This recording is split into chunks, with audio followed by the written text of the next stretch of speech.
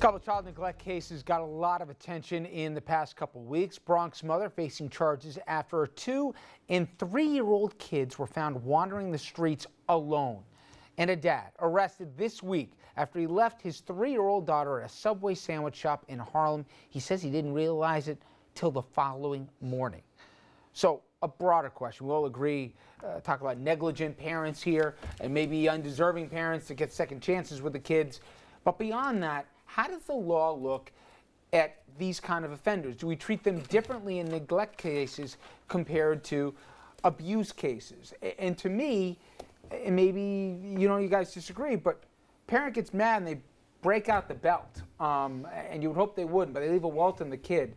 I can argue a parent just letting kids run down the streets in the Bronx at all hours of the night in diapers is even more dangerous and even more negligent. They're both bad, don't get me wrong here, but I mean, how does the law look at it, and are you on the same page with how we treat these in the criminal system? Well, abuse is affirmatively putting the child in danger. Neglect is not providing sufficient care, and I don't see how either of those, including endangering the welfare of a child, don't apply.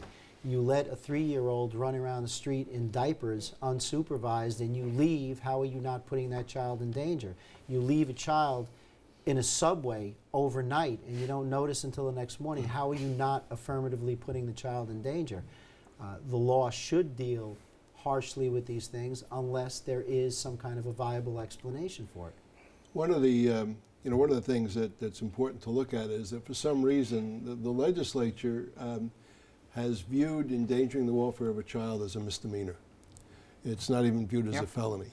Now, there certainly is a line to be drawn. I mean, sexual abuse of a child is clearly a felony. Physical abuse of a child is clearly a felony, the actual act of it.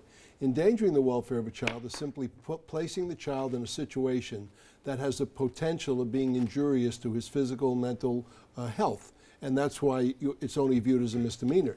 Both of these cases clearly fall within the definition of the misdemeanor, but you have to ask yourself, if you allow a 3-year-old child to be running around at 2 or 3 o'clock in the morning in a diaper, shouldn't that be viewed more harshly than just as a simple Class A misdemeanor? I'm 100% with you. To me, this is wanton disregard. And what could have happened to them for all the obvious things, and maybe even the things that we don't even want to imagine. If somebody scooped up the kid or whatever else. But I don't know. The idea that it's a misdemeanor and, hopefully the parents remember, this isn't by accident, you leave your kid in the car and you forget for a second, you come back in, your wife will kill you, and understandably so. But this is different than you leave a kid overnight, Mayo? The only difference here is this. So when you talk about endangering the welfare of a minor, you also can be charged for endangering the moral welfare of that child. So where is that line drawn? I mean, what is endangering the mental or moral welfare of the child? You could argue that letting some child watch HBO endangers their moral welfare, endangers their mental welfare, depending on what show is on. Which is far less negligent than what we saw then. But there are a lot of different degrees of endangering the welfare of a minor. And the other issue is simply, at what point is it enough? So with a misdemeanor in New York State, that Class A misdemeanor carries up to 1 year in prison. It carries up to 3 years on probation. You could have your child taken from you, because quite often that's just the tip of the iceberg. You then have a child protective service case really that comes up as well. Well, that's really what gets to it. I mean, but that shouldn't be the collateral consequence. That should be the prime direct consequence. I mean, what are we punishing these people criminally for? The main goal is to get the child out of harm's way. What are the purposes of punishment? Are we going to punish them in a retributive way? Yes, I disagree with you. Maybe. I mean, certainly, when you have a 3 or 4-year-old kid basically who's running around in a diaper, he just shouldn't have a kid. No, I understand that, but there's got to be some accountability for it. I mean, taking the kid away doesn't basically punish the individual. The fact of the matter is, and this is to your point, Mayo, the fact is that the statute does not distinguish between endangering the welfare of a child basically in the context of a moral endangerment or a physical endangerment.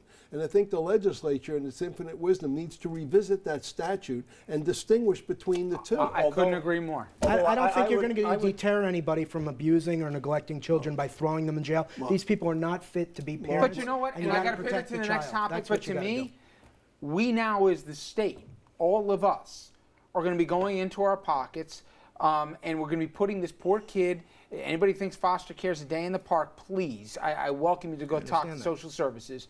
And it shouldn't just be to the dad or the mom.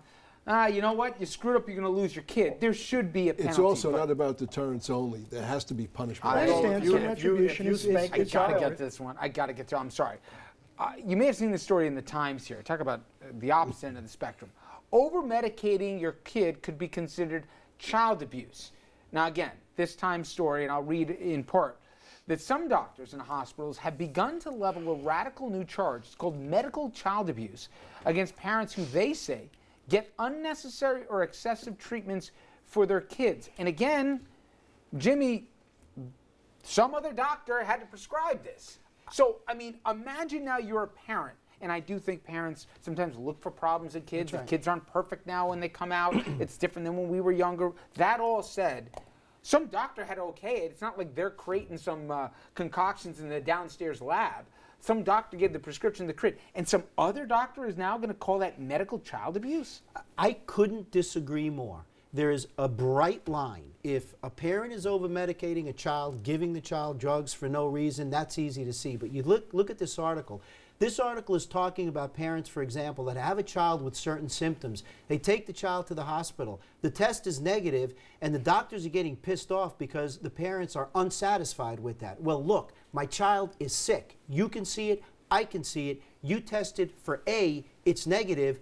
No, I'm not leaving until you test for something else. I just went through a situation like that, and good doctors said it's not that, it's got to be that, it's got to be that, because we don't treat the test, we treat the patient. The patient is visibly sick, and there's nothing wrong with a parent going to a hospital, going to a doctor and saying, look, I'm sorry, the fact that it's not that doesn't mean I'm just going to go home and watch my child visibly sick. Well, there's So truth I to have that, a Jimmy. major It problem with happened that. in. I agree with Jimmy. It happened in Gigi Jordan's case, which Jimmy and I are both familiar with. Forget about civil penalties. At sentencing, the prosecutor said, "Hey, not only did she allegedly kill this child, she also subjected him to cruel, unnecessary, excessive medical treatments, and you should bump up her criminal sentence because of her doing that." So what you have is a potential for second guessing and tremendous abuse by prosecutors and ACS workers who are playing doctor. They're not doctors. But to Richard's point, let's take the situation where you take your child to the doctor does a diagnosis, the doctor basically prescribes a medication and the dosage in that medication. And I think that's really what we're talking about here. And then some other doctor is going to second guess and say, well, I think that the parents over-medicated the child by giving the child the dosage that some other ridiculous. doctor prescribed. utterly- It makes no Or sense. somebody Yeah, says utterly you didn't give your ridiculous. child a vaccine or a particular vaccine. Well, you that's know. a whole different issue. Well, but it's, And- but and again, No, but somebody- imagine, man, you got a kid who's, some parents get paranoid about everything. And I'm not trying to minimize this, but the kid seems really active. You find a doctor who gives the kid Ritalin. Some other doctor looks and says, what are you doing? You're over-prescribing this kid. It's just a normal 7-year-old. That's medical child abuse and goes after the parent. I'm sorry.